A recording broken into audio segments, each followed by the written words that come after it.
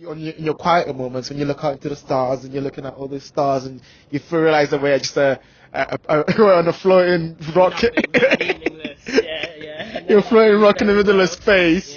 Yeah. What do you think the meaning of life is? Do you think something we create, or do you think something we discover through life? I think discover. I don't think you can create it. I think it's like things are. I don't know. Like I was going to say, like things are sort of. I was going to kind of say like things are set in stone, but they're definitely not because you can change stuff. It's more like to not you shouldn't be questioning how things go for you. Like I'm not necessarily someone that believes in God, but I do think there's some type of connectedness between stuff, and I feel like. And it's hard. I can say this based on my life, and I've had a very good life. And there's people out there who haven't had a good life and have in way worse situations than like a lot of us, and they would probably say a very different thing. But it's like you go through the bad to then learn from it and know what to do to make things good. And it's just like it's a lifelong journey. So it's just about.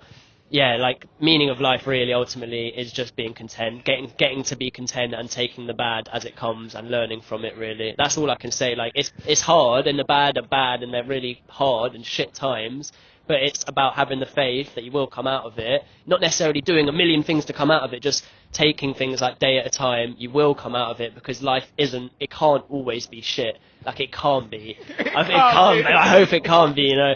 But yeah, just like based on my experiences, however bad things get, it gets better. So just next time I'm in a bad situation, relax, don't get so worked up, don't think this is it now. You have living proof that it's not like that. 3, 2, 1. Hello. Welcome to another episode of the Jeoffrey Sarpong podcast. It's a beautiful day. What a wonderful day. And we're out here in the sunny, slightly cold, but slightly sunny streets of London. Today I'm here with Ethan. Ethan, how are you? I'm good, man. How are you? I'm good. Thank you so much. Thank you so much for joining me today. I've said it like 10 times already today, but I'll probably say that many more times before we end. First off, let's just start properly. How do we know each other? Just give us a very quick description of how we know each other and we can get started from there. Yeah, so we work together, basically spend every day of my life with this guy. But yeah, just work together. Thank you for that. And yeah, that's true. We work together, but more than that, just work together. Ethan's a really cool guy, a really cool person. We have loads of things in common. It's very rare that you find someone that you work with that you also like get along with and you have things in common. And so, since you found out about this podcast, I always wanted to get you on, and so I'm so glad we're doing this today. One of the things that I knew first off when we met was your love of Star Wars.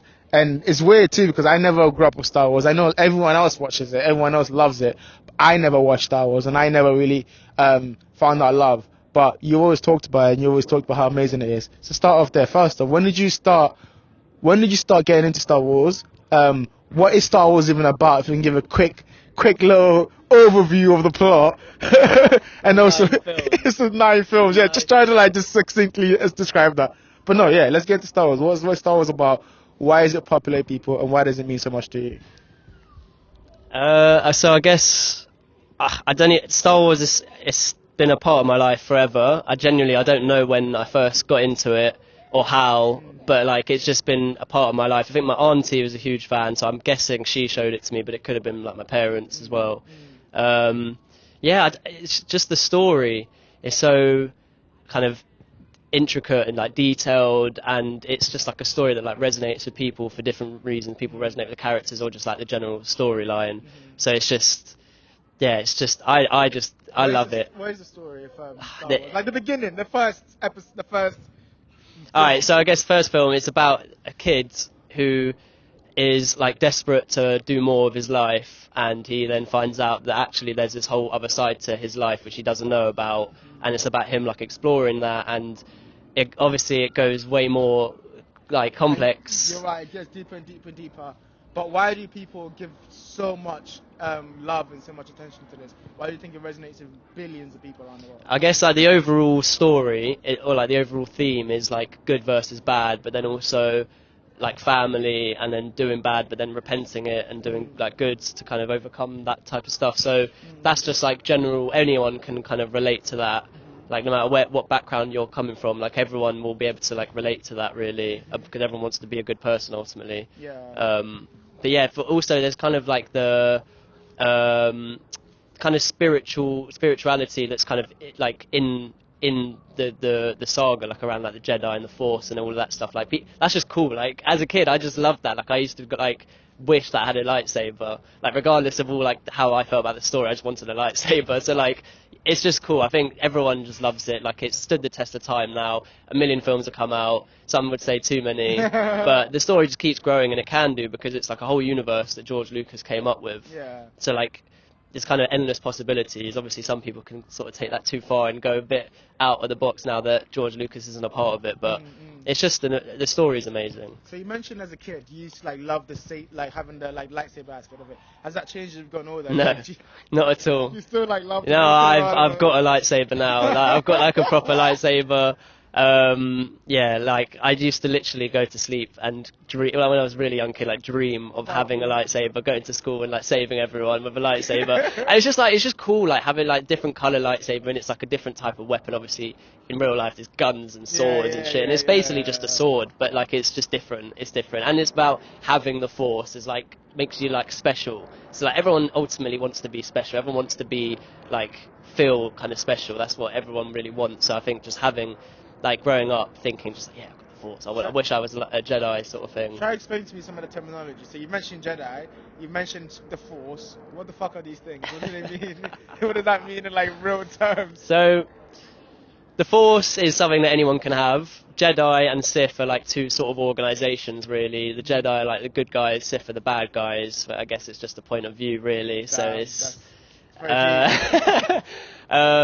but yeah, like historically, Jedi are the good guys, Sith are the bad guys. Anyone can kind of be Force sensitive. It's about these things called midichlorians, which I feel like such a nerd right now. These things called midichlorians, which are like in your blood, and the higher amount of them you have, the more like Force sensitive you are. And then it's up to you basically what you do with that. If you like the Jedi are like a group of sort of they're like they're called Jedi Knights. They're basically like police, but good police, and they're like government as well, sort of. So like that's why the story is too intricate for me to go into. Like it's crazy. It's actually crazy. Alright, so if it's too talk about the themes then. Like you mentioned good and evil, and how that's all perspective, and how like the Jedi's are the people who are good, and I'm guessing they're going out there trying to stop the evil, which is looming. What are some of the story, like the themes that resonated with you?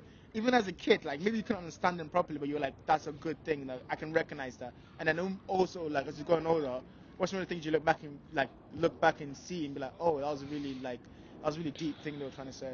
Well, I think like the Jedi are all about peace. Like that's their whole thing. It's supposed to be peace, and that's why the story is like kind of crazy because they like lose sight of that because they get arrogant and with like the power that they've got.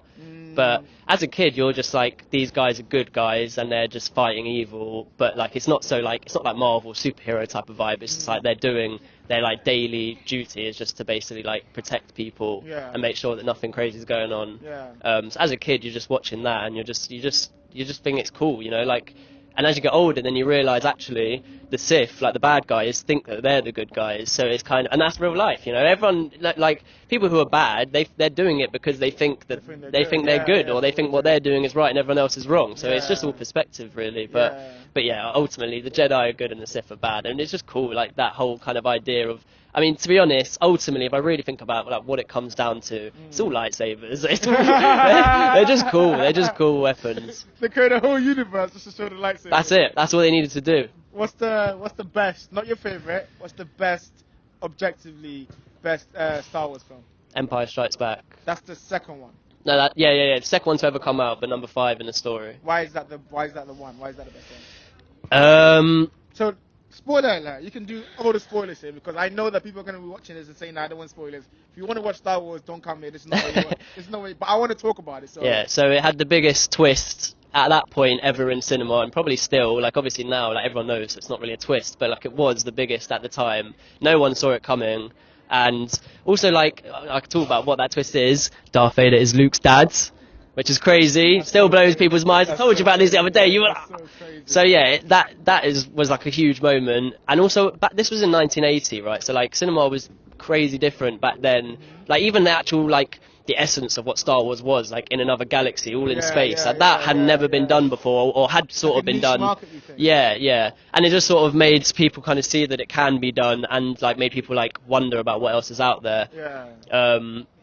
But yeah, So in the Empire Strikes Back, I'm guessing that's like a. I mean, the name sounds like a thing where like the good guys or the bad guys will retaliate. Yeah. What happens in the first film? yeah. Is that part of the universe of the Star Wars, where it's like a lot of things just don't go how they're supposed to go? It's not nothing goes how it's planned to go.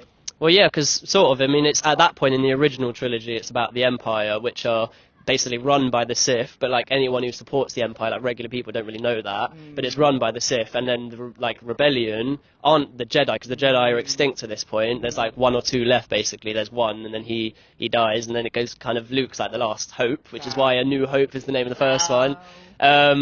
So yeah, like it's kind of like it's a fight basically. And this is also, I think, why it's so popular as well, because it's a fight like for the rebellion against the Empire, and they're so outnumbered, and it's like the whole thing's hope. Like the whole thing of Star Wars is like family and hope, and yeah, so like these rebels were so outnumbered, but they had belief, whereas like Empire were just sort of doing, like people who supported them were just doing what they were told. They didn't really know why or have anything to, and a lot of them didn't even like it. They just got on with it because they didn't have a choice. So like it's a story like it kind of goes beyond like film. It's like real life. Like that happens. That's real life. Yeah. So that's also why it's so like popular and why so many people resonate with it. Did you teach you anything as a kid? Like when you were watching it, is there any lessons that you gleaned from it? You're like, I can remember this. Well, I'm a Spurs fan, and we're most of the time underdogs. We're historically in my lifetime we've like done fuck all and we're just shit. But like we have moments. But like regardless, season after season, I'm hopeful. I still think we're going to win the league every year, even though I know, like deep down I know, like we're not going to win the league. But because of that, I do like just think about it now. Like maybe that like the hope side of Star Wars kind of has kind of impacted my point of view on life, in that like when times are tough or like the odds are against you, like you can kind of come out of it. Yeah. And okay, here's the question I had, and I think I talked about this the other day. What makes Darth Vader such a good villain? Well, firstly, you don't know what he actually looks like, or whether it's like a human in there. At the start, you don't know what it is. But he's got such like a commanding presence. In the original Star Wars trilogy, he was the only guy with a red lightsaber, so like that already like makes him stand out. And then obviously as the story unfolds and you understand everything, like the whole story, like he is the best, in my opinion, the best, like Darth Vader or Anakin, however you want to look at it, is the best character. But moving on from that, another thing we wanted to talk about, first thing that we talked about when we met was your trips and your traveling. That was one of the things that you were looking forward to most, and you talked about how it was for you when you were there. It's fine. It's cool. It's what happens when you're outside. Yeah, it's the same helicopter from before. It's just, maybe it's looking for us. It's just following us. It looks like it's coming down. But anyway, one of the things that you talked about before was your travels and your trips to Asia. So start from the beginning. Talk to me about that. Well, why did you decide to go? And also, what was it like when you got there and some of the things that you really liked? So I was in a bit of a rut, kind of with my life and where I was and I didn't know what I wanted to do. COVID kind of definitely played a part in that and sort of took me out of the loop of stuff, and just kind of got into some bad habits, like living habits and stuff, and just wasn't really happy with where my life was going, but also didn't know where I wanted it to go. So like ultimately I was just like, I just need to get out of here, like just go do something crazy, something different, out of my comfort zone. Like I'd reached that boiling point. Like I'd always wanted to go travelling, but I always like when I was at school I thought, oh, go school, go uni, and then go travelling and then work. But then because of COVID I couldn't do that, so I started work and then realised I still need to have that itch, I need to go. So when I like changed careers before I started the next one, I was like, this is the time. So I went travelling, went Southeast Asia, and I went with my mate. I was going to go on my own, which was like worrying because I'd always thought I'd go with mates, but I was going to go regardless. Like I was going to definitely go. But luckily, I was speaking to my mate, and I just said to him, like, by the way, I'm going travelling. Do you want to come? Thinking he'll be like, no, like I'm busy, like I work. And he was just like, yeah, I'm coming. So it worked out well. And yeah, we just had the best time. Southeast Asia, so we started off in Indonesia, then did Vietnam, then Cambodia, and then Thailand, and it was just incredible. So just like I was only gone for 3 months. I probably could have done a bit. Long time, it is, but I probably could have done a bit longer. But like at the same time, it is a lot. 3 months. Like when you're living out of a bag for 3 months and on the move constantly, like it's quite draining. Like I was definitely like, I was fine with coming home and seeing my mates, seeing my family, and that. But like looking back on it now, I probably could have done longer. But it is what it is. I had the best time, so I couldn't have asked for anything more anyway. Talking about Indonesia, so you get there, you get out of the airport. what's your first thoughts? What are you thinking when you get there? So we flew into Jakarta, and we were initially which is the capital of Indonesia. We were gonna get, I think it's capital. I hope so. After I've said that, we flew there. We were like, we can go straight to somewhere, wherever, go to Bali or something. But we were like, nah, like we're flying there. Let's see it. Let's see what it's like. And we were obviously jet lagged. We felt like shit. We were like up at like 3 a.m. Like we couldn't go to sleep because 3 a.m. was like normal time for us. And then I just remember seeing my mate just stood at the window, just looking out the window, pouring with rain. And for some reason, I can't remember why, but we couldn't go out. We couldn't leave until like 7 a.m. for some reason. I don't even know why, but we got out that day anyway, the first day. And we're walking around these like weird markets, all sorts of weird meat they're selling. We're looking around like, oh, like, I was loving it just being somewhere different. But we looked at each other and we were like, it's a bit weird, isn't it? And we hadn't seen any other backpackers. Like in the first like 2 hostels, for the first week, we didn't meet a single backpacker. We looked at each other like, what's going on? And we were like, where the fuck are we? So like we turned around to each other at one point. We're like, let's just go to Bali. Like let's just get there. We know there's going to be people there. But yeah, that initial just feeling, like the excitement, like going somewhere new, no idea about anything. No one speaks English in Jakarta anyway. No one spoke English. We couldn't get SIM cards either because we have to go like Google Translate and like type something up and show people. Really? No one spoke English in Jakarta. We didn't obviously speak a word of their language. We didn't know, couldn't get SIM cards. So we would be like in the hotel looking at where we want to go, screenshotting the map, and then going out and just following that and hoping we're like on the right track. But it was just I needed that at that point in my life. I just needed to get out, go do something different, something like out of my comfort zone, push myself, new experiences. I got so set in my ways about like my habits and what I can do and can't do, or what I want to do and don't want to do, where like I got so set in that I was like, I just need to go somewhere where I have no expectation about what it's going to be and just do it and just live and just like, and it was good. Dude, I think that's so important too, because like you're mentioning, like you're right, like around COVID, even I had that same thing where everyone feels like they're in a rut. I feel like you have to get out their environment because it feels like it's so constraining. When you're so used to the same things over and over again, it becomes repetitive. And like just having that, first of all, you have so much like bravery and courage to just go. And, like, I had a mate though, which made things easier. Anyway, but when he said he was coming, it made things a lot less like stressful, you know. Yeah, but like even then, like planning, I'm guessing it must have not taken long, but it was like you still had to do it. And even though you probably had a little bit of like a little bit of anxiety attached to it, actually going to somewhere new. And then you're talking about the first thing you got there, you will still push through that. So like even having that opportunity to get out there, like being in a new culture, that like little like splash of like, oh fuck, like everything is so much different. That must have been like completely insane. Yeah, it was amazing. I just needed that. I really like needed that. Like at that point as well, I hadn't left the country for like 4 years or something. So I was just like, I just need to get out. You know, I just need to be somewhere. I miss that. I love to travel. I love to like see things and see places, like try different food and all of that. So it was just like, this is my chance. Like I'm not going to get a better chance than this in my life, really, to just go and not have like a ticket booked home. Like I could be gone for 3 months, 6 months, a year, 5 years. Like who knows? Like that feeling just like is amazing, and like it's rare that you're like in a situation where you can have that feeling. But when you do have it, it's like it's unbelievable. It's just amazing. What was your favorite thing that you did in Indonesia? So you get there, you go to Jakarta, then Bali. What did you guys do in Bali that you remember? Like Bali, just chilling really, like lots of like bars and clubs and pool parties and stuff like that. Cause staying at hostels and they're like it's a very but Bali, but like mainly like Gili T or Gili A, whichever one of the Gili islands you're on is like party island. So it's like it's intense. Like it's less sort of culture and more just like party. But like it was at that point in my life, I thought, no, that's not for me. Like I'm done with that now. Like that, I can't do that anymore. But it was just fun to do it. Like and you're away, you're traveling. It's different vibe. Everything's different. So. Less culture there. Vietnam was definitely the best, and culture-wise was the best. But so after Indonesia, you went to Vietnam. Yeah. So what's Vietnam? What was Vietnam like? How did you even get from Indonesia to Vietnam?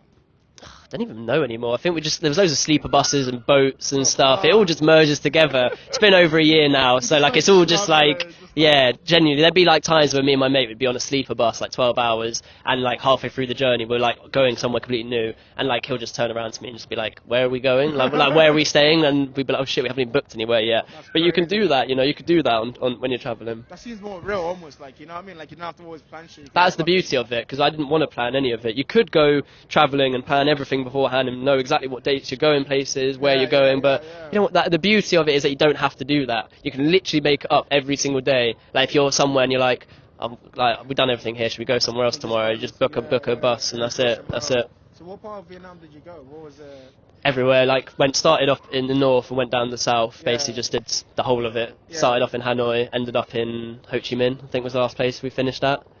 so many questions. Okay, first question. What the fuck is a banh mi?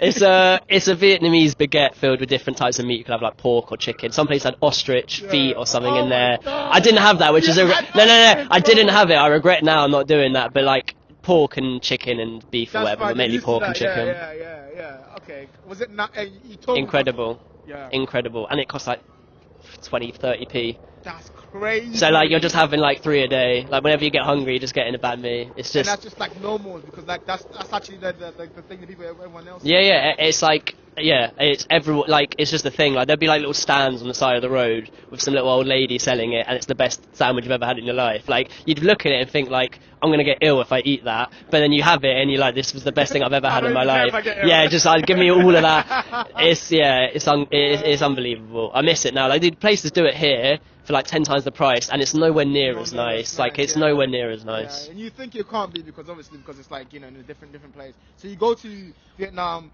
you're traveling. So I heard this thing about this thing where you can get on a motorbike and you can travel around. Yeah. Like you could do that like anywhere, but the Ha Giang Loop is like the bike tour, and it's in Ha Giang, and it's like a 3 or 4 days, or it could be less depending how many you want to do. But like we did the full one, which I think was like 3 days, 4 nights, or 4 days, something like that. I don't know. But it's you're on either you can drive the bike if you want, or get on the back of like what they call easy drivers or easy riders or something, which are like it's their job, they do it every day. I'm not getting on a fucking bike in the mountains. I wouldn't be sat here today if I did. So I was like, I'll get on the back of theirs.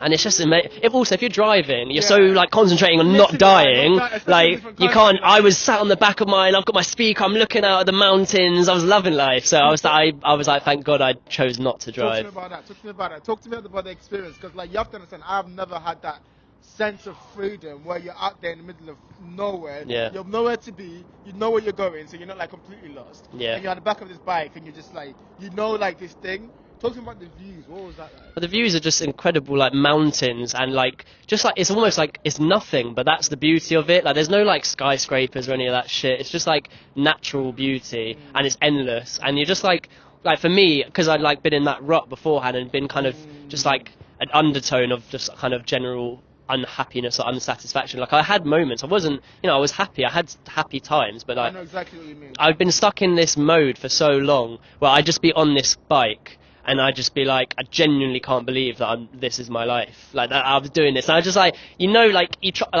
I'm someone who really struggles to like take things in the moment and like really like enjoy things as they're happening. And since traveling, I've definitely got better, I think, or definitely make more of an effort to. But even then, I was like, I'd literally like say to myself, like in my head, like, look at what you're doing right now. Like you're not going to be doing this at some point. Like, enjoy this. And even after doing that, it's not enough.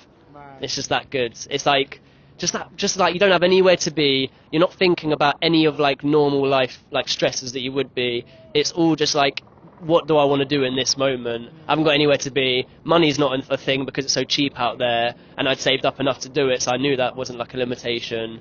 And it was just like, let me go off that. So first, that sounds amazing. Like honestly, like every time I've spoken to like 5 people and I was talking about this trip. I have a friend out there who's currently on that trip. He's going through and he keeps telling me, and everyone's telling him like, I really want to go, and it's like that feeling of like just being there. Yeah, no, just everyone has to, like, if they're in a position where they can, you've got to do it. Like, if you can do it but you don't want to because you're a bit nervous, whatever.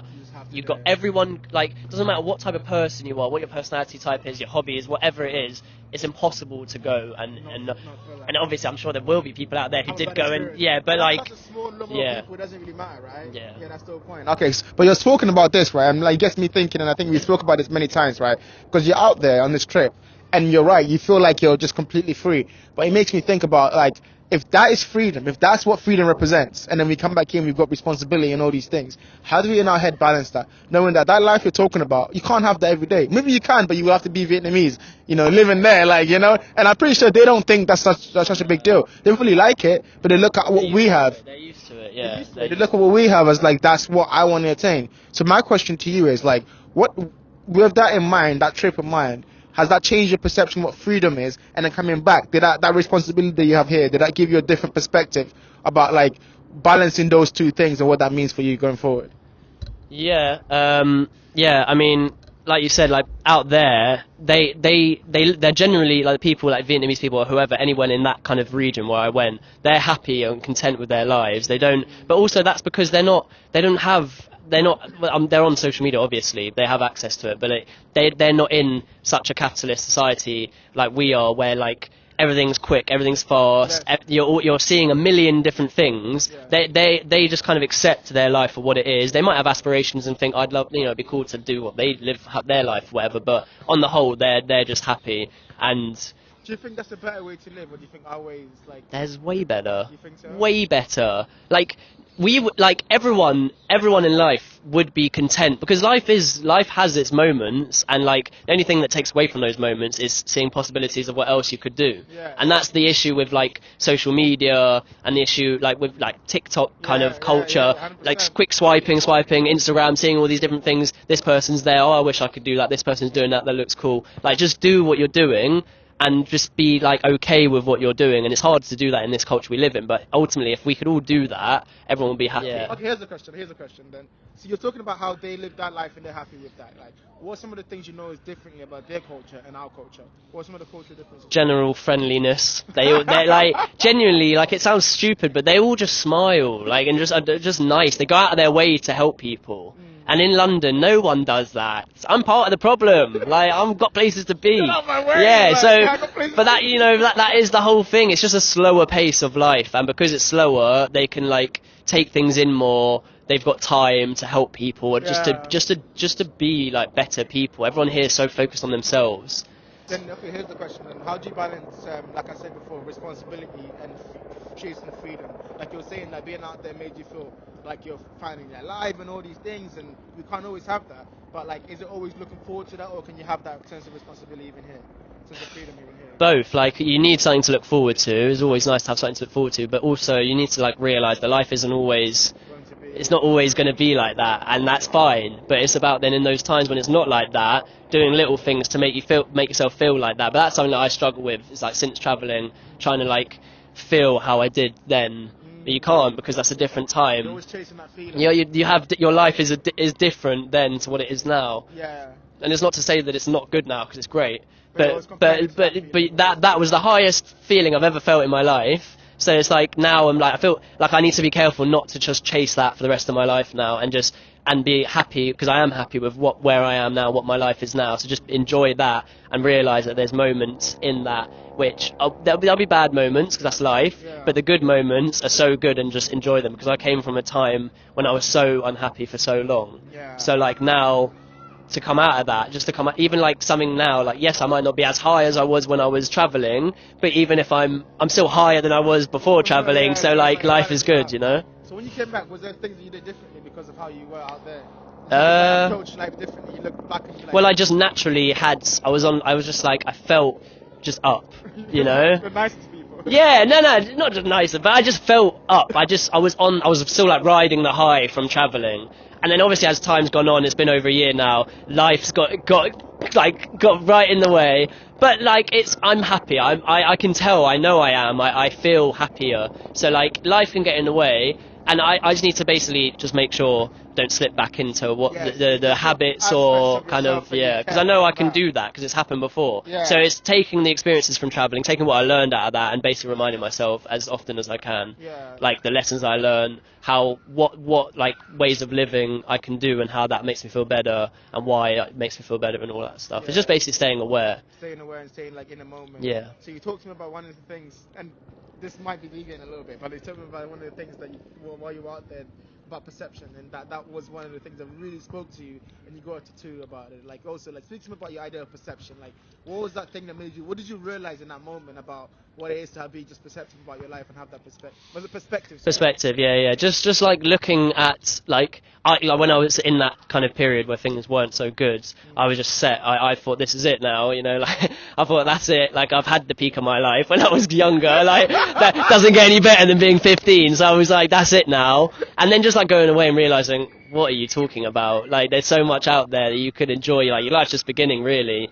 And so it was just like, I've just had that feeling. I had just the natural high from traveling, and I was like, I can't lose this. I don't want to lose, like, because of what I was saying before, how I struggle to take things in the moment, and then I always like look back and be like, oh, that was actually really good. So like in that moment, I was like, I want to do something to like kind of, what's the word, like Remember it, like, yeah, memorize like it. yeah, like memory, yeah. So I want to do something that can make me, no matter what I'm feeling, wherever life takes me, whatever feeling I'm thinking, or where I am in life, I can look at something or think about, or easily think about something and be like, remember where you were. Then you went travelling. You never ever thought that going travelling was going to change your whole outlook on life, or just change how you're feeling so drastically. So that's why I got it tattooed on me. Like, I thought at the time, like, I'm just doing this, like, in the moment. Like people were saying, like, oh, they're getting tattoos, and we'd be like, oh yeah, like, how long have you thought about doing that? Like 5 years. And they'd be like, how long have you thought about it? I'd be like, 2 weeks, like 2 weeks. So there was a bit of like, shit, well, if like 5 years from now I look at it, I'm like, why did I get that? But I don't care. Like, firstly, it's a tattoo, it's not the end of the world. It's a little one on my arm, and it does, like, every now and again I might be thinking like, oh, I'm stressed out this or this on my mind, and then I'll just look at it, I'll be like, shut up. Like, shut up. Like, look how good your life is now compared to how, like, and that's not to say my life was bad, because I've had a very, like, privileged, like, upbringing. My life was great. It was just hard for me to see it at that time because of other stuff going on. But yeah. That happens to everyone. I've got that. That happens to everyone, and I think even me, like, when I came back, so I've told you before about how I was born in Africa, then I came here when I was little, and after a while here, you get used to the standards here. So you get used to the stuff that you hear, and you talk about, I want this, and I want that, and I want to have all these things that everyone else around me has. But whenever I go back to Ghana, I'm like, fuck, man, I need to really have perspective, because, like, seeing what they have, seeing how much they struggle, it gives me so much clarity, and, like, wait, grateful for you, because I could very much have been like them. And just understanding that always just keeps me, like, on the even kill. Actually, one thing I've been thinking about lately, like, a lot, is about, on that topic, also about class mobility. Just moving different classes, because, like I mentioned before, having that, like, seeing what other people have, and especially because we have this British kind of, like, trying to also achieve things, that ambition, that striving, that I want to just make the best of myself. To me, that shows itself most clearly when it comes to this always moving up class levels, right? And I'm thinking about Britain. I'm thinking about I think there's a rigid social structure where it's like you're born where you are, and you're gonna stay where you are, and for the rest of your life you just stay where you are. And if you obviously want to move up, you can, but that requires a lot of, like, conscious effort. That requires a lot of work and a lot of, like, moving up. The question I'm having for you, and I want to hear what your perspective is, like, what do you think about that idea? What do you think about the idea that we're always chasing things in England, that chase is just embedded into how we all are, how, like, growing up, they're like, you can achieve this, you can do this, and how that manifests when it comes to class, where people always want to move up, people always want to be, if you're middle class, you want to be upper class, you want to get higher and higher, but, like, those things don't bring you happiness, really. It's just that chase, Yeah, I don't think necessarily, like, what class you're in impacts what your not motivations, like what your goals or your aspirations are. I just think depending on what class you are, you have different opportunities to get there, and that's what's the fucked thing about it. So, like, someone who's the lowest class you could possibly be could have the exact same goals of where they want to get to than someone in the highest class, but it's easier for the high class because of money or connections or whatever it is. And that's the problem. Like, I don't think necessarily someone who's middle class can be like, I want to be upper class, or and this is what I've got to do together. I don't think I personally just don't think people are thinking like that. I just think they want to get to somewhere which is like someone in middle class might think, I want to get to here, but I'm aware that everyone who's in that position is upper class, and that's where the issue is. It's like, can't really, you can sort of change class because you can earn money, which then makes you do things which people in different classes do, and then technically you're part of that class. But it's just a construct, really. It's just about the opportunities and the activities that you do, which defines the different classes, really. So you're right, 100% right, it's about the opportunities. But in a system where those are rigid, where you don't really get those opportunities if you're not in that class, how do you break through that? You just have to work harder, which is that's what's not fair about it. But, like, people in the lower classes will have to work harder than the people in the upper. But ultimately, that's kind of going to make them a better person, really, because it's like they've actually had to work to get to where they want to get to. So it's just one of them. It's just, I don't know the answer. Ultimately, I don't know the answer, but it just is. It's tough. It's tough, right? It's tough for everyone. Yeah. Okay. To wrap up this section of the bowl. So on your trip, you've been on your trip. You've come back to that perspective or anything, what's something you would give advice you give to someone that like was in that situation where they want to make that move, they want to go out there and have the experience, but they're a little bit scared. What advice do you give them? Things say a little bit more about what you think they would learn from that trip. I just think just go. Like don't like you have to push through the fear or the anxiety, whatever it is you're thinking that's making you think like, oh, maybe I shouldn't go, or even if you're not even thinking to go, but you're in a bad place. Obviously, you need to like. It's not something that just anyone can do. Like if you're in a financial position where you can do it, you've worked and you're maybe living at home. Like this is me. I was working. I was living at home, so I was able to save a bit. Like if you're in a position to go, go. Because if you're in a rut, there's like, what have you got to lose? Like, how can things like if things are bad, they can't get much worse. Just go. And like worst case, you go and you're like, oh, actually, it wasn't really for me, and then you carry on like you were before. Like, and then you try and figure out other ways, but. It will make you feel better about things because it's like impossible not to. Like you could be, for me, like based on my experiences, you could be so set in your ways or think like this is it now. This is like not just how I'm feeling, but I can't do this because I know myself and I know that I don't like doing this. Bollocks. Go out there and you'll prove yourself that you could do everything. You could do all these different things that you didn't think you can do, and it's just like. It's just fucking incredible. Yeah. Like, yeah, just go. Just go. Okay, great. All right, so next topic. What I also wanted to talk about was social media. So I think, like, it's weird, isn't it? Because our generation is fucking grown up on that shit. And it's weird because we're, like, the generation where it's really affected. Obviously, the next generation is kind of... They're even more fucked than us. They're even more fucked than us. We'll get to that. But, okay, what I want to know is that I know that you spoke about how you just... really not been on social media at all. You've kind of just stayed away from it, but you've seen the effects of that. Talk to me about technology and social media and how you think it's affected our generation, yeah, and also how you think it's starting to affect guys and how they think about life, from that perspective.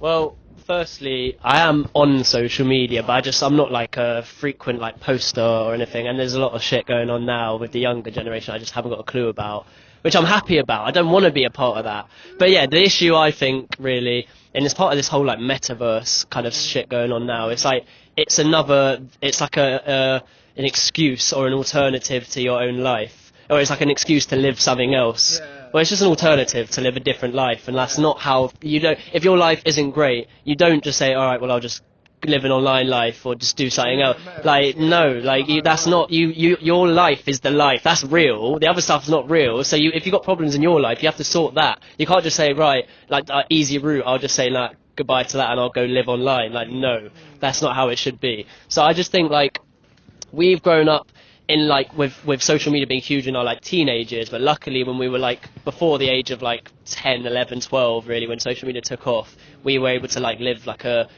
normal. When I say normal, I just mean based on what it's been before that. Obviously there was technology, we had computers, there was like MSN and Skype and all that shit, but it wasn't what it is. It's a whole different beast today. So like I'm just grateful that I was that era rather than what like this new era. Yeah. And it's so weird too, because when you think about it, like you think about how it's affecting people's relationships with people. Like I feel like social media has made us way more weirdly enough, in a way, interconnected over the internet in terms of real life. There's a separation there as well. Yeah, so like we're closer together. People are closer together, but they're also further apart. Okay, because I had a thought about like how do you think technology can be used to help us? Like obviously it's designed to help us. It's designed to make us more interconnected and all of this stuff, but we're using it in a bad way. I'm thinking, is that just because human beings are always going to take good things and then turn into a bad way, or do you think the technology itself can be made where it helps us? Well, I think like these apps can do more to like protect younger people from stuff. Like the internet's just like black market, or like you can find whatever you want, say whatever you want. That's also a huge issue I haven't even spoken about, is that people think they can just say whatever the fuck they want and deal with no consequences, and that's the biggest issue. Like it can be applied to every aspect of life, and that's like a huge issue. That's probably one of the biggest issues, that people like keyboard warriors can just say whatever the fuck they want and then just like log off, go and live their life like normal, go and chill with the grandma like they haven't just said the most racist or like homophobic thing ever, and just like abuse someone. Like bullying is another part of it as well. Like who was it Tyler the Creator or someone said like, how are you getting cyberbullied, just log off. Like I kind of get that, but at the same time like no, like as a kid you're more kind of vulnerable to that type of shit. You don't understand that like you can just log off. And like my opinion as well, like when I see people on the internet, I don't view, they're not real people. You know, what do you mean not real? Like, as in, like, do you think they're putting a perception? Like, no, like, I'm not saying like they're bots. Like, they are, like, they're human beings. They're real people. But like, I don't view someone who goes online and abuses people, or like even like people like people that comment on like footballers' posts. Like, it's just a bit weird. Like, why are you doing? Like, what's the point? Look, I think Ronaldo's gonna sit through all of his comments and be like, oh, the fucking Ethan Lavelda's said this. Oh, I really like that guy. I'm gonna message him. Like, no, he doesn't see, and he's got a team managing his thing. That's why it's all fake. I just don't get it. I don't get it. I mean, there's positive aspects to it, and I think obviously, of course, there is. Like, speaking of someone who's trying to get something out there, I feel like, if you're like 100%, and that's where I can't see it because I'm not like a creator like that. But 100%, and I don't have. This is good. This is the good sides of social media for creative people. It's a whole other avenue for them to get their shit out when it's so much easier to do that. So that I support that. That's cool, and I like that. It just depends on the content you're trying to get out, which is why, like, if you're spreading misinformation, if you're spreading just like negativity or whatever it is, or just like hate, you know, like Andrew Tate and that, like what he doesn't I don't know, maybe he does realise, he just doesn't care, but like, what are you doing? Like, it just depends on what the content is. I'm not. Yeah, like, I feel like I've just like shat all over like influence of social media. Like, I don't go with that. I think it's so important too, because when you're mentioning it, it's actually one I wanted to talk about today too. Because I feel like you're 100% right. Social media can be used for good, but most of the time it's used for bad, because people just know that they can get people to just listen to them and feel like they're like this messiah. Which I think the problem with Andrew Tate was, like, he presented himself as this messiah. Like, I knew everything. I'm always right. And loads of young impressionable men fell for that because they had no other role model in their life, and he became that. So the question I'm asking, right, is that first of what is it like? What is the like? Do you see that? Do you see that like a lot of young men are being like fed this lie of how to be, like this masculine alpha male shit that, you know, he promotes, and like they're falling into that because they didn't have role models. And with that in mind, how do you think we escape that? Big question. It is a big question, yeah. I don't, like, personally, it's hard for me to see it because, like, I'm not on social media like that enough. None of my friends are really on it enough like that. Like, it's hard for, I can only. That doesn't really affect you, you're saying. Yeah, it's hard. It's hard for me. I can't see whether, like, I know there are people out there, and just based on those weirdos online that post weird shit, that's all I can see. But like I said, I don't view them as real people, so it's not something that I really like take in. Like, are there like people that I interact with, and it could be like random people. They're not like that. So like, I'd like to think the majority of people just like see, like me, could see this guy and just be like, what an idiot, and scroll past it, and that's that. But you see how like that, like, even off social media, like in real life, is affecting how guys, because I know it's a kind of like a trite topic to talk about, like men and mental health and all of that shit, but I think it's important too, because like there's an other side of that, which I think we both are, where it's like you don't have to follow that lifestyle. That's just like you were saying, there's a fake thing online. You can be a genuine person in real life and actually move forward in your life by just making decisions to better your life in the world. I'm trying to get to that perspective. Like, how did you, as you were growing up, figure out, okay, social media is not for me, I'm not going to fucking focus on that. I actually have real shit in my life that I want to, like, actually focus on. And how did that help you grow as a person? Yeah. I mean, social media was only really, like, took off or kind of became what it is today, like, in my kind of mid to late teenage years. Like, in the early days of my, like when I kind of first downloaded, like, Instagram, Snapchat and stuff, it wasn't what it is today. And it was cool back then. Like, it was what it was for. It was literally to share stuff with your friends and your friends only. That was kind of what it was. And there's nothing wrong with that. But it's then since kind of become a different thing. And yeah, I feel like it's kind of, firstly, it's irreversible. The world is in need social media. We can't, normal things now can't be like I think to myself, like, I'm not going to do it now, but I thought over the years, like, oh, maybe I should just get rid of my phone. Like, I don't need a smartphone. All I need a phone for is to call or text people. Like, I could just get a Nokia. But like, it's not feasible to do that anymore. Like, I do need it. Like, firstly, I'm not saying as well, like, I'm the guy. Like, I live in real life. I'm sitting on Twitter. I read Twitter. I'm doing all this stuff. So like, I'm part of the problem as well, but I'm just not. There's like, I know like, what kind of the limitation, I know where I want it. Yeah. But yeah, I think the world is kind of irreversible damage now. Like, the world and like businesses and like rely on social media. So we're too far gone now with that. Like, I think to myself, like, if everyone saw this and we just stopped, just got rid of it, like, that's not possible anymore. So it's like, it is what it is. It's about understanding that it's good for some things and using it for those good things and not using it for the negative things. But obviously, the younger you are, the harder it is for you to see that. And yeah, and also the more the world needs it and relies on it, the more sucked into it you get. What do you think the idea of being a man or being a young guy growing up is today, and how do you separate or relate to that idea?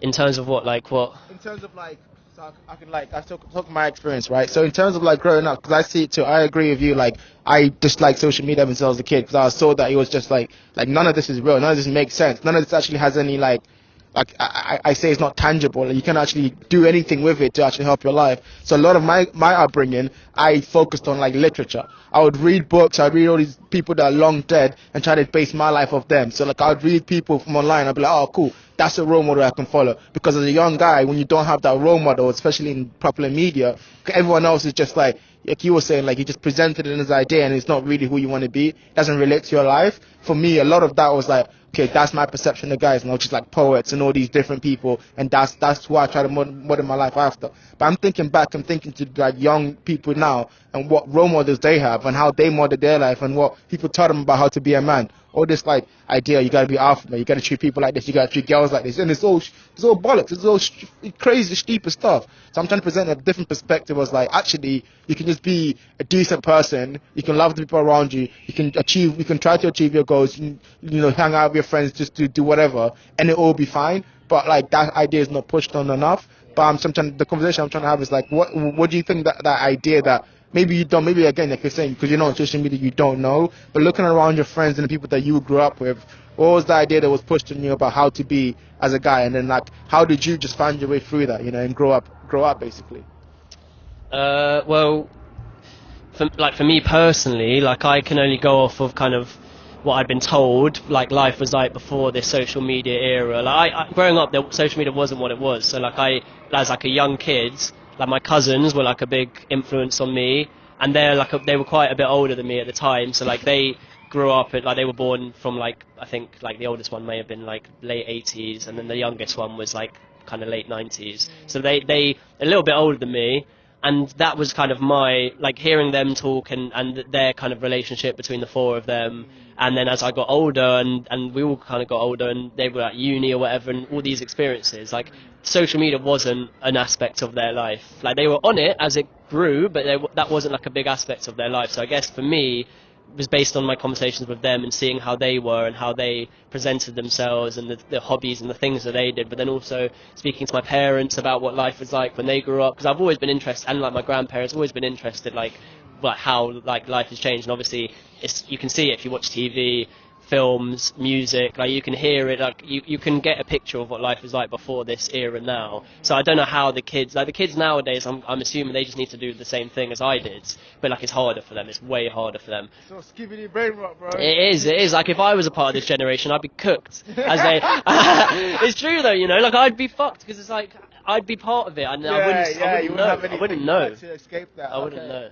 But like, what do you think? Like, what you're speaking about your cousins? What's some of the things that you learned from them when you're growing up about just like you know growing up? Like, what are some of the things they showed you? Maybe not even told you specifically, like explicitly, but like, what did you learn from just how they were and how they conducted themselves? Well, there's four of them, so their like relationship with each other as brothers. I've got one brother and then one younger sister. And so, like, I kind of, growing up, like, I always was, like, desperate to go to uni. Even from the age of, I don't even know, like, when I was, like, 8 or 9 or something, and the older ones were at uni at that time. Like, just hearing how they talk about it, and then as the two younger ones went to uni, and was kind of, that was only a few years away from me, so I was, like, 15, I was, like, year 10 or something when the younger ones were at uni. And just hearing, like, what they were doing, and I was just like, I gotta do that, like, I want to do that. Yeah, they were just, I guess they were role models for me, because obviously I had my dad in my life who's been a role model for me in the sense of he's the guy every day who I see, and I see his way of living. But my cousins were, like, my age, so that was more of, like, a realistic sort of role model for what I could be like in a few years' time, rather than, like, when I'm a dad sort of thing. So, yeah, just seeing how they live their lives. I don't know if I've answered the question, really, with that. No, but you're basically saying, I get what you're saying, like, you're using them as a role model. though.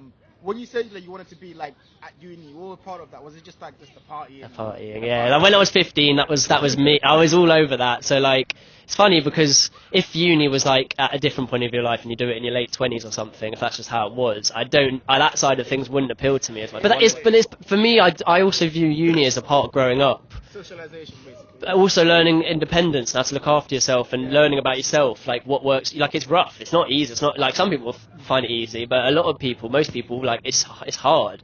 But like you have moments in there which are just, it's a different time of life. You've got no responsibility. Usually for most people it's the first time in their life where they got no responsibilities, by themselves, can live their life the way they want to without other people. But that's what then makes you realise, oh okay, I thought I'd want to do this. I've done this for 2 years. Actually, I don't like this. This isn't good for me. So it's about figuring out what works for you as a person, not what your parents or your family thinks you should be doing.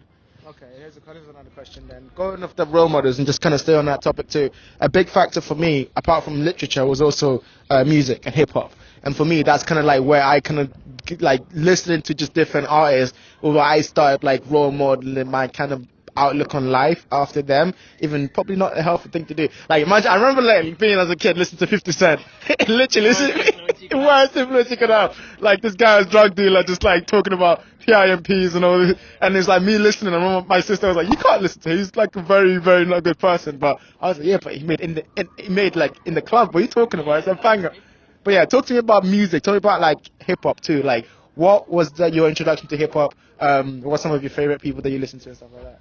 Okay, so first kind of introduction. I mean, I don't like obviously growing up early 2000s. You probably would have heard hip hop, like mainstream hip hop on the radio. Like I can't remember now, but you would have done. I'm sure you would have done. Course, yeah. So like I'm sure growing up it was already like a part. Like it wasn't like I grew up in the early 90s where like that wasn't really as much of a thing, but it was there. It was underground, and then if you discovered it, it's like this is like the craziest thing I've ever heard. It was probably more ingrained in normal life, but still, like I think for me, the first time like I can think of like where I was like, I'm in. This is it now. Like I'm in. This is my music. Was like my best mate in primary school had a massive poster of Lil Wayne in his bedroom, and it was Lil Wayne. He was topless, had all his tattoos on. He was smoking a blunt, and I was just like, that this could not be further away from like my life, our reality. But it was just there was something that like that I think, which is interesting as well because like there's all sorts of things that can be like spoken about with that and like why that is the way it is.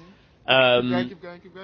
But yeah, I think it was like the image of a rapper and what rap music was. First, I guess just from like an intrigue point of view, it was different, so it was interesting.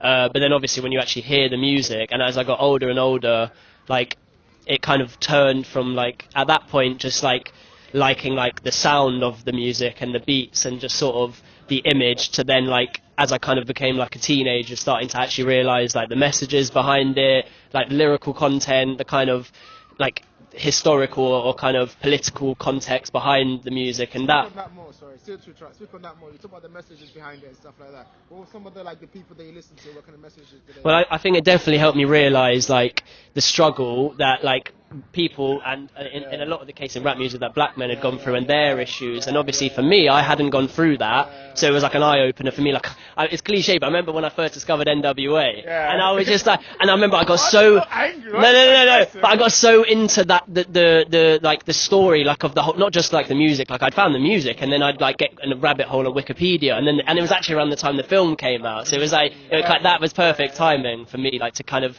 get into it. So like yeah, just like for me to understand like real issues that people are going through, and with music it's way more substance than like pop music and stuff like that. Like I don't really think I've ever been like a huge fan of pop music, but like yeah, like just rap music has so many layers to it. Nowadays it's less lyrical and it's more focused around like beats, but like there's lyrical rap if you want that, it's out there still. But yeah, your top five rappers, hip hop artists. We'll go for the top 5 rappers, and then we'll think of some albums too.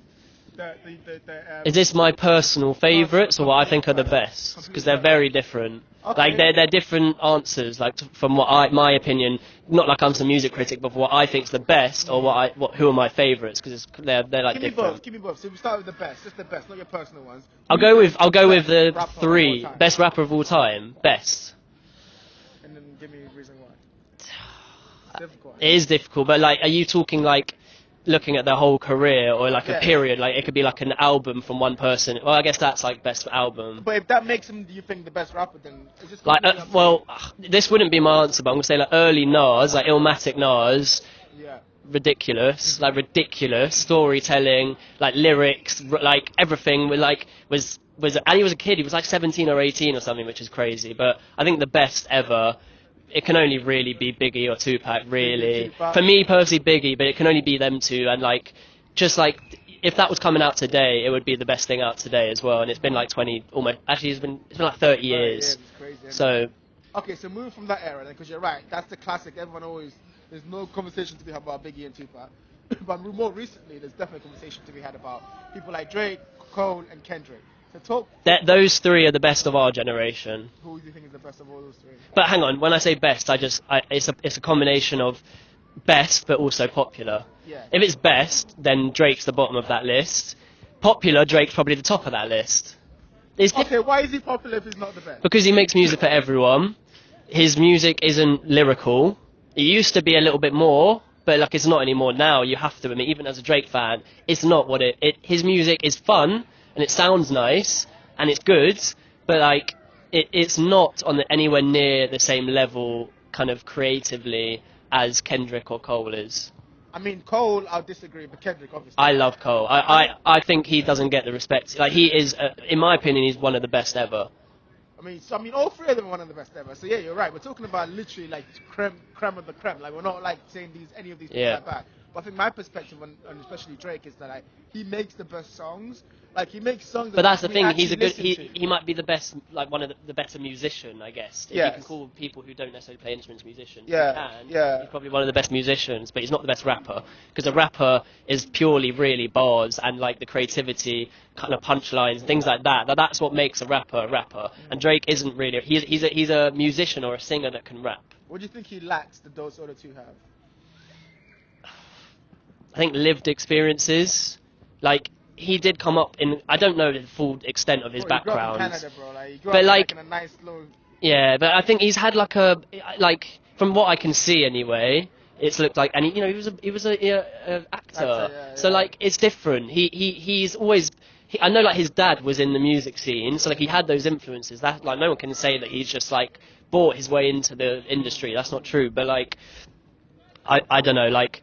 It doesn't seem like he's struggled. Everyone struggles. Everyone's had their struggles, but I don't think for me, what makes a rapper the best is that they have, like, most of the time, they would have come out of a crazy struggle and come out the other side, and the hunger to get out is what makes them the best and makes them push and want to be the best. Like, I don't think he has that. I think he did have that for a period, but that's gone now. And I think certain rappers still have that hunger.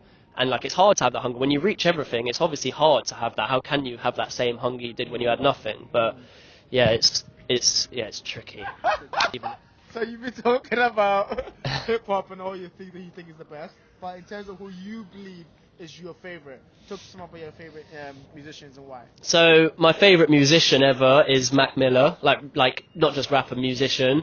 And I got introduced to him when I was like 11, and it was my cousin who was a big Mac Miller fan at the time, obviously a bit older than me, and going back to kind of what I was saying, like looking up to him as like a role model.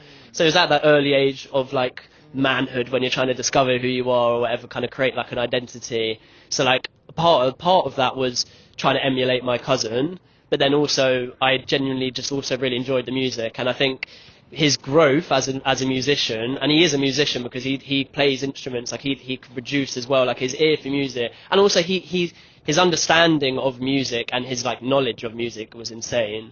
But like, hearing his growth, and I'm lucky that I was a fan while he was alive, because a lot of people only started like listening to him after he died and are huge fans and regret not being there when he was alive. So I'm lucky that I was in there, kind of in that fan base, and I saw him live as well before he died. So like I'm grateful that I had that opportunity to do that. But just if you listen to his first album and all the way through to his last, like the growth as each album goes on is just crazy. And he just went, and it's because he like, oh my god. Oh my god. I don't know if I'm Mac Miller talk. Yeah. What was his first album and what was it called? What were the themes? What did you like about it? Well, my first album that I listened to, or his first. Oh, his Well, album. both. Tell I me mean, about Mac Miller. so he was really, so firstly, you have to say that he's a white rapper. He's a Jewish rapper as well. So already he's at like a disadvantage in the sense that people wouldn't take him seriously that much. When he was younger, he was very much party. Like it's called like frat rap, like his type of rap at that point. And when I was like 11, I was loving that. I'm like, yeah, that's it. But anyway, like his first, he did mixtapes for a while, and then his first like proper album was Kids, which is like, it was and kind of is one of my favourite of his, but it's not necessarily something that I listen to all the time now that I'm a bit older. But that album was very much just about a kid that just wanted to have fun and be outside with his mates and just party and just chill. And like his whole thing was chilling. But he was also obviously very driven, and he was you didn't know it necessarily then, but he was a musical genius. He was and is a musical genius. But what is that? What's all that shit? It's the stuff from the trees. It's fine. We'll just keep on going. Like none of this But yeah, as he got older and obviously got kind of more money, more kind of fame and stuff, he struggled. He kind of got into the kind of drug culture of music, of rap music particularly, and it kind of led him down a bit of a darker path. But he was always aware of it and conscious about it, and it was something that he spoke about. So it's yeah. I mean, yeah, it's just. So what was your favourite Mac Miller album then? What was the one that, and you know you always listen to since kids, what was that one that you think encapsulates him the most? Either Faces, which is his like most fucked album because it was when he was at his like druggiest, or Good AM, which is actually after he went sober for a bit. So it's actually funny how like you get those two perspectives of him, and they're only like a year or two apart. But he did Faces, and it was definitely his most kind of experimental album. It was very different. It was his first. Well, the album before that was his first kind of venture away from. Well, actually, no. Before that, even it's crazy. Like he moved away from his. Okay, right. I'll give you a full Mac Miller education course here. So he had Kids, and it was just like it was a mixtape. So it was just like free, like no label behind it or anything. Then he had Blue Slide Park, which is his kind of debut album. And it didn't do very well. Like critics didn't like love it. Didn't get the best reception. But there's some songs in there which are good songs. And it was kind of still in that frat rap era. Then after that, he did Macadelic, which was his first. You could hear the drug influences. Like he first kind of started with like psychedelics and stuff, trying to like testing that kind of stuff out, and you could hear it in the music. But he was still the same throughout all of it, the same guy ultimately. But then the next album, Watching Movies with the Sound Off, was like that was like.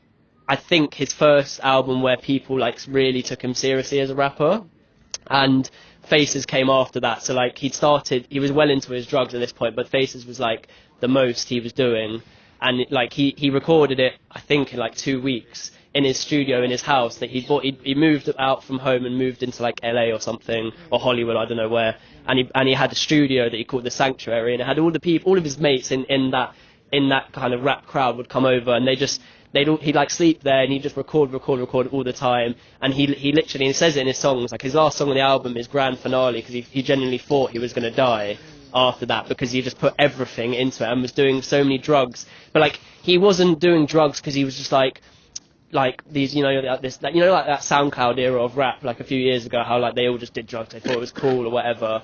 Like he like had demons that he like struggled with, and this was kind of his coping mechanism, but it kind of made things worse, as it does for most people who are doing drugs. So it's just like if you hear Faces, you can hear the drugs in the music, you can hear it, but the music's also just incredible, and that's when he first really started to produce as well. And like the beat, like the production on that album, I think is amazing. But then if you listen to Good AM, which was the next year after he nearly basically died and went sober for a bit.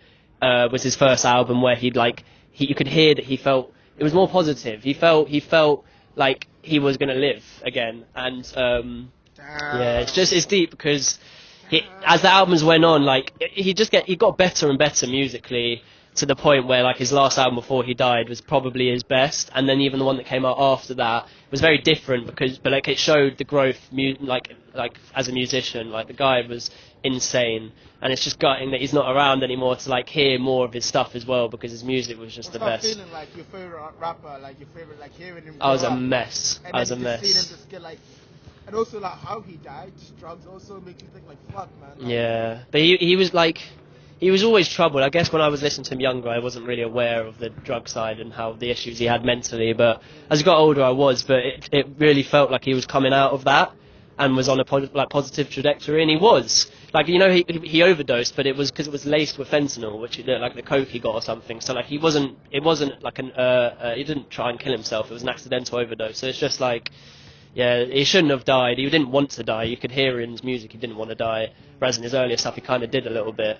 So yeah, it was tough for me as well. I was 18. I was just about to go off to uni. Grew up with like all my school like life. I had Mac Miller there. It was hard. Like when he died, for me, I struggled. Like just like it sounds weird as well because I was never one of I didn't feel anyway growing up like I was one of those guys that had like a celebrity. Like it felt like a brother had died, which is crazy because like the guy he doesn't know me. I never met him. Because you listen to him, and I almost used him as like as a role model at times. Like I knew obviously that's not the best role model for a kid necessarily with like the drugs and stuff, but he was a great guy. Like anyone, like when he died you saw the people, like every single person in music, not even just rap really, that had ever met him said that he was just like the best guy ever. Like no matter what, like I saw a video recently of Kendrick who sent a video to like his memorial, like his like a celebration of life thing after he died, and Kendrick sent a video to be like played there. And he was just saying, like, no matter what he was going through, he never pushed that on other people. Like, he would just be positive and happy. And if he saw that you were sad, he'd just make you happy, like, regardless of how he was feeling. And it's just, like, a nice way to live, really, isn't it? Like, get help when you need it, but just, like, just try and stay positive. And he was just a great guy. Like, musically, just a genius, like, actual genius. I mean, it's fascinating, too, because, like, it's fascinating too because you're right. I don't know much about Mac Miller, but I think one person I can relate to on that level is XXXTentacion. Like I was like not massive fan of him, but like I listened to his songs. We all were when he first came out. Like it was, yeah. And then you see how it happened to him, and then he obviously he dies and gets killed, and then you listen to more of his music afterwards, and you start relating to these people, and it's so fascinating with hip hop too because like you're right, it's one of the most substantial kind of pieces of music because these people are really speaking from their experience, and it's like I think I've spoken about this too. It's almost like poetry because like they have to, it's literally it is poetry, yeah. It's poetry from like it's urban poetry, like from that kind of era, from that kind of environment where it's like because they have to put on this kind of bravado to kind of almost protect themselves, they kind of build that kind of confidence up. It's like Tupac. Like he ended up a gangster rapper, but he was a poet. Like he is a poet. Like he wasn't kind of about that life, but it became being in the music scene made him into that. The whole East and West Coast beef, all of that stuff. So like, but yeah, ultimately rappers are poets. Like they are poets. There's no debate about that. Whatever form of rap they do, whether it be like trap or like melodic rap or like like the kind of more chilled rap or gangster rap, whatever it is, they're all just poets. It's just different kind of like versions. Different kind of skins, like different kind of masks that they put on to actually kind of express that kind of music, which I think I always relate to. It's not a mask, it's their actual reality. Which is so crazy, right? Gangster rappers like that, they're actually not all, less so nowadays, but definitely definitely back in like the late 90s, that was it, that was real, you know. Because I'm pretty sure Drake is not walking around with a Draco, you know. No, like, talking about no, he definitely doesn't do that. He's too popular to be doing. He doesn't do that is Drake. He definitely doesn't do that. He's sat somewhere getting a manicure in his mansion, like on a float in a pool somewhere, just chilling. He's not out there. And then goes in the booth and talks about how he's gonna hunt you down and fucking kill you. Okay, but like, okay, to button up on that, like, what do you think is the most like one thing you've learned about hip hop that you've applied to your life, even if consciously or unconsciously? Just about how you've talked about a lot about how they kind of reveal themselves, how they kind of like they will talk about their life, and Mac and how Mac Miller was also how he was for his whole life and his outlook on life. But yeah, what's something that hip hop as a genre has taught you about about maybe that culture, but just also just about how to live life? It's such a hard question but I think I guess first thing I can say is it's definitely educated me on other people's lives, particularly like black culture and that kind of aspect of it, which I'm sure as I got older I would have found out one way or another about that type of stuff, but it definitely helped me at a young age be conscious of that. And then thinking back, I'd be talking to my parents about it, and I do think I maybe played a small role in sort of educating them on that type of stuff. Even nowadays, I kind of can talk to certain people and they don't know anything about the Black Panthers and stuff like that. And there's that I think rap has inspired me to then go and consume other areas of black culture, and it's not from a place where it's I want to be part of it. It's a place of wanting to absorb what's real, what's out there, real struggles that people go through, and understand it. And also I also just fucking love rap music, just how it sounds as well, which is why it kind of goes hand in hand. Like if I didn't enjoy the sound of it, I probably never would have got into it in the first place. But it's hard, it's affected my life in a million ways.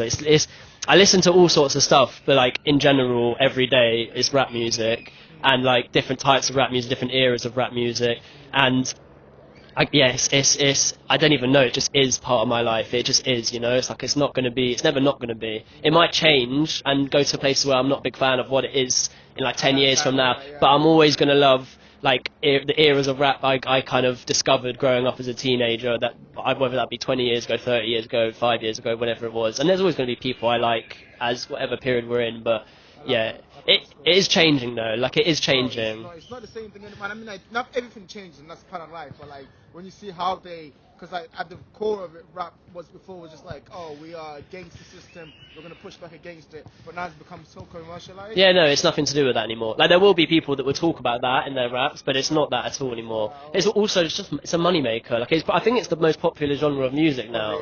So like it's like it's just also with TikTok, that's fucking ruined a lot of music in a lot of ways. People making music strictly for TikTok. It's just like it's lost its substance a bit. But you get people like, that's why I love like Cole. Like obviously he's slightly not really this era. He's just around still in this era. But like him, Kendrick, Drake to an extent, not so much. But they, I think he is. yeah, I disagree, but I think he is. I think Drake represents what we all go through. That's why he's so popular. Yeah. It represents the daily life we go through. No. I was thinking about this earlier. I appreciate Drake a lot, and I know one day he's not going to be around, and people are going to be like, fucking hell, like, I can't believe we had that guy for that many years, like, just giving us music. I know, yeah, I don't take that for granted, but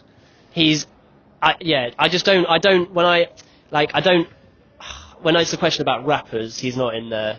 He's a musician, sort of, but like he goes more in that conversation. It's enjoyable to listen to. Yeah. I can't fault that. It's enjoyable to listen to. It's just, yeah, I much prefer Cole, Kendrick, that type of thing. It's fine. I mean, you can be wrong about your music choices. It's fine. Like, you know, one day you'll look back and be like, I should have known. I should. Yeah, it'd be too late. But it'd be too late. But thank you for that. That's really cool. I think hip hop is such a cool thing, such an important part of all our lives, and I think it's always cool to hear people's perspective and how they go into it, because it's everyone you meet now is like, yeah, listen to hip hop. It was like, okay, but how? And what is your version of hip hop is? So I think that's really cool. Another thing I wanted to talk about today, something I've been thinking about lately, was like how like you spoke about uni and just like how when you go to uni it's just fun and you're just there just to have fun. And I was thinking a lot about that, and I was thinking a lot about how, like, a lot of the times we make choices, because I remember when I went to uni, I had to decide what I was going to do at uni at 17 years old. But a lot of times we make choices when we were way too young to understand the consequences of those choices. And it feels like we just set our life on a path, and it's like, that's just how our life goes. And, like, we never really, very much people don't want to change, so, like, when you get to a certain age, you just kind of, like, just sell into that lifestyle. What do you think about that? Like, has that been your experience where, like, you made, like, a lot of choices when you were young, and just, like, maybe, like, those choices were, like, things that you thought were going to do well for you? And so, for example, right, when I was a kid, thought I would be something business related, you know? I thought I'd be just, like, out there, opening a business and stuff like that. And a part of me still wants to do that. But a lot of me, as I got older, realized, oh, actually, I'm more of a poet, I'm more of a creativity. I actually like enjoying this creative stuff.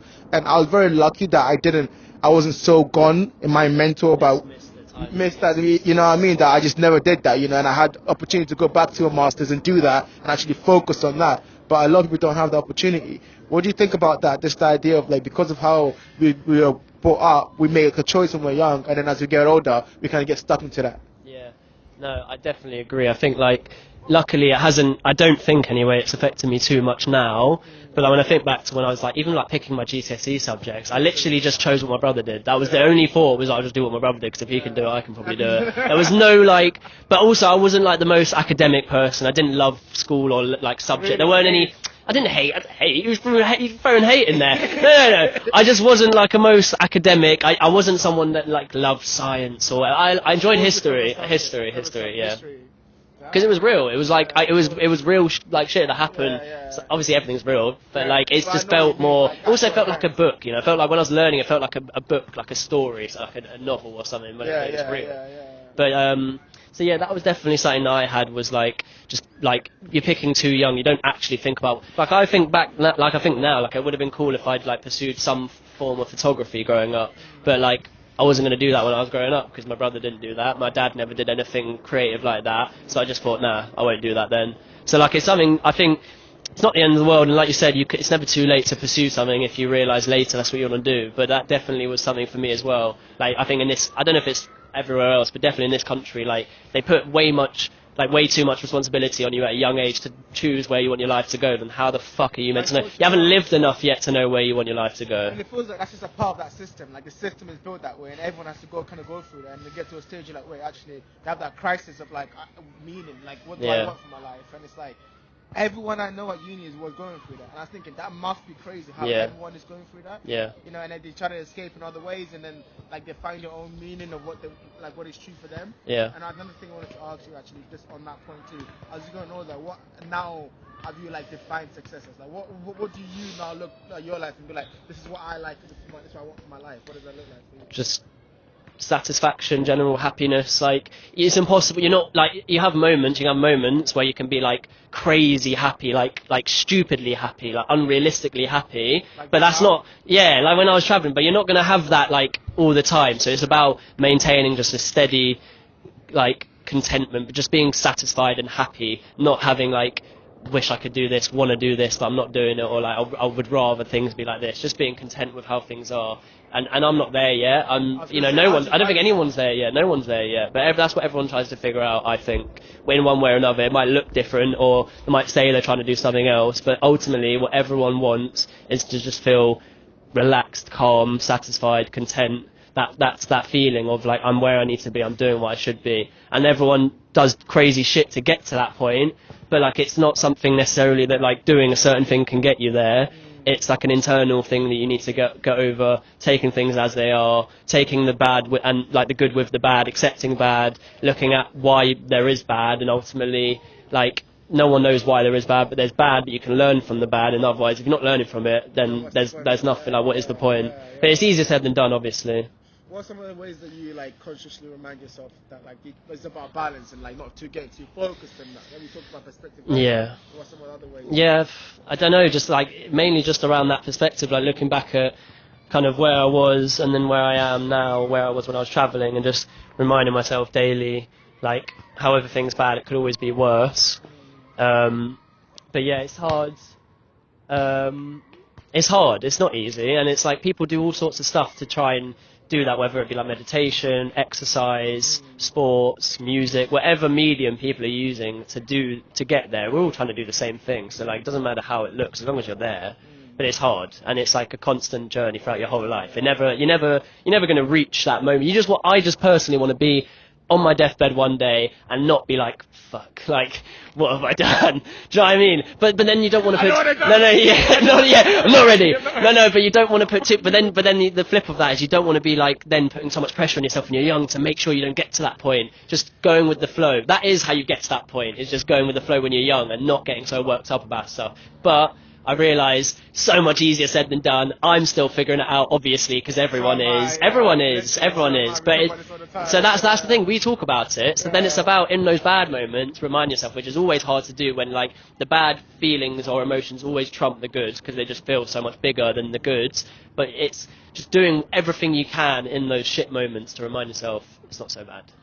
Ultimately. On that, thank you so much. On that note, to wrap this up, because I know my phone's going to die in a bit, which is my fault, but I think if we've covered a lot of topics today, how I always like to end these episodes, especially on one of the first ones, is to ask you about the meaning of life. It's like, I know we've spoken a lot about it, and you kind of already covered those points, but if you, in your quieter moments, when you look out into the stars, and you're looking at all these stars, and you realize that we're just we're on a floating rock. You're a floating rock in the middle of space. What do you think the meaning of life is? Do you think something we create, or do you think something we discover through life? I think discover. I don't think you can create it. I think it's like things are. I don't know. Like I was going to say, like things are sort of. I was going to kind of say like things are set in stone, but they're definitely not because you can change stuff. It's more like to not. You shouldn't be questioning how things go for you. Like I'm not necessarily someone that believes in God, but I do think there's some type of connectedness between stuff, and I feel like and it's hard. I can say this based on my life, and I've had a very good life, and there's people out there who haven't had a good life and have in way worse situations than like a lot of us, and they would probably say a very different thing. But it's like you go through the bad to then learn from it and know what to do to make things good, and it's just like it's a lifelong journey. So it's just about like meaning of life really ultimately is just being content, getting to be content and taking the bad as it comes and learning from it really. That's all I can say. Like it's hard and the bad are bad and they're really hard and shit times, but it's about having the faith that you will come out of it, not necessarily doing a million things to come out of it, just taking things like day at a time. You will come out of it because life it can't always be shit. Like it can't be. I hope it can't be, you know. But yeah, just like based on my experiences, however bad things get, it gets better. So just next time I'm in a bad situation, relax, don't get so worked up, don't think this is it now. You have living proof that it's not like that. Yeah. So I always give an opportunity for the guest to ask me a question to end the episode. So what's one question you've always wanted to ask me? It could be about anything, about life, about anything. Today we didn't even get to cover about football, which I'm so angry about. That'll be the next episode once the season's going to start a little bit. Okay. Because I know that we could just go on for an hour about all the memories we made from football and anything like that. But, what's one question you always want to ask me? One question I'd always want to ask you. It's difficult because we talk a lot, so like I feel like we know a lot about each other. But I guess ultimately as well, as someone who's moved country, I've never had that experience. I want to know, like, if you can remember, because I know you were young when you moved. What were you feeling like when you moved?